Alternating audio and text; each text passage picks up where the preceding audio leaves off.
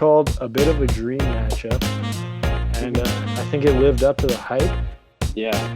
The difference is the guy who won it wasn't necessarily the guy we thought would win it. Paul, what was your takeaway from Deshaun Watson and the Houston Texans' gigantic win in Kansas City at Arrowhead? Yeah, what a game. I mean, from what I might not be right, but I think it was like the first or second offensive play of the game for Kansas City. The deep ball to Tyreek Hill. He mosses two guys and gets into the end zone, fresh off of an injury. The game lived up to what I expected. Deshaun Watson really showed that he's a dominant quarterback in this Yeah. league and in the future of this league. Him and Mahomes are running this league. There's no doubt about that. Concerning with Mahomes getting stepped on again, that same ankle. Whenever it gets stepped on, it's kind of his kryptonite, it seems. Can't get out of the pocket, and it really hurts the Kansas City offense. So you saw that happen, but what can you say about Houston's offense? They looked good. Deshaun Watson looked so motivated, played a great game. I think he knew that there were going to be a lot of comparisons, him versus Patrick Mahomes, and he really showed that he can hang in there with Patrick Mahomes. The takeaway for Houston is the Tunzel trade was worth every single pick. Yep. I mean, the offense, Deshaun hasn't gotten sacked once in the last two games. I believe he's undefeated in his career, 7-0, and he gets sacked one or fewer times. Mm-hmm. He's unbelievable out there when he has time. He's just a freak show. And yeah, they're just kind of showing the thing that good players in the league are better than the idea of draft picks. I'm sorry, Paul. Yeah.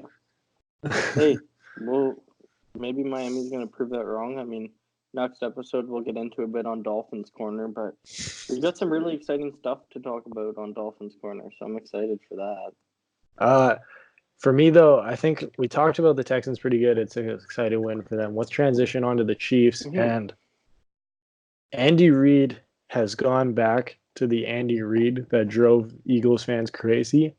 Yep. And it's simply because he refuses to run the ball. The evidence of this game is pretty simple. The pass run breakdown, the Chiefs threw the ball 35 times in this game and ran it just 11. Normally, when you hear a team ran the ball only 11 times, you chalk it up to the fact that whatever, they're getting stuffed all game, can't get it going. It's killing them on the early downs and causing second and third and long. Well, actually, in this game, the Chiefs were running for almost 5 yards a carry. So there's actually no excuse for them not to run the ball. They weren't behind at any point. Andy Reid just refuses to run the ball. And that issue becomes even more pronounced with how terrible their defense is. Because when you don't run the ball, and even though your Chiefs keep scoring, that's great. But the problem is, if you score so fast, your defense keeps getting thrown onto the field with no rest. And Houston has taken in and shown that the Colts game plan and the Patriots game plan from last year works against the Chiefs every time. Yeah, even you the just Lions run the ball in the close game. Yep.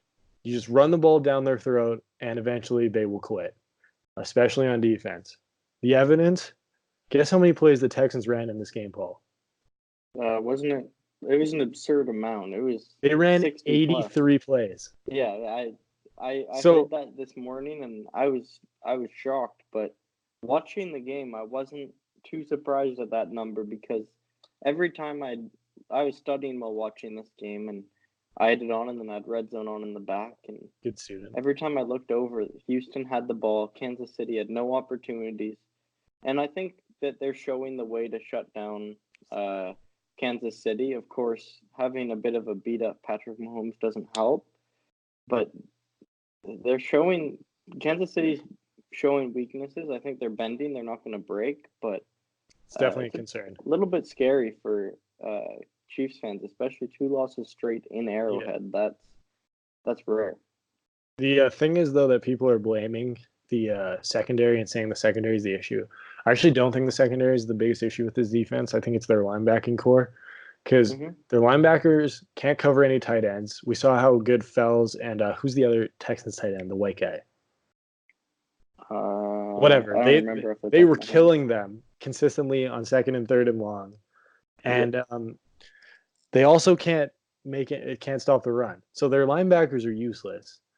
The breakdown of plays in this game is just a complete testament to Bill O'Brien. I mean, they ran 83 plays, as I said earlier, 42 passes, 41 runs. Yeah, that's awesome. That's gorgeous. That's like, as an offensive player, that's. Oh, I don't know if you hear a better sound than that. So I'll leave you with one final stat on this game before we move on. Time of possession in this game: the Houston Texans 39 minutes 48 seconds, the Kansas City Chiefs 20 minutes 12 seconds. That's why they won this game, and that's what Andy Reid has to fix moving forward if this team wants to go where people think they can.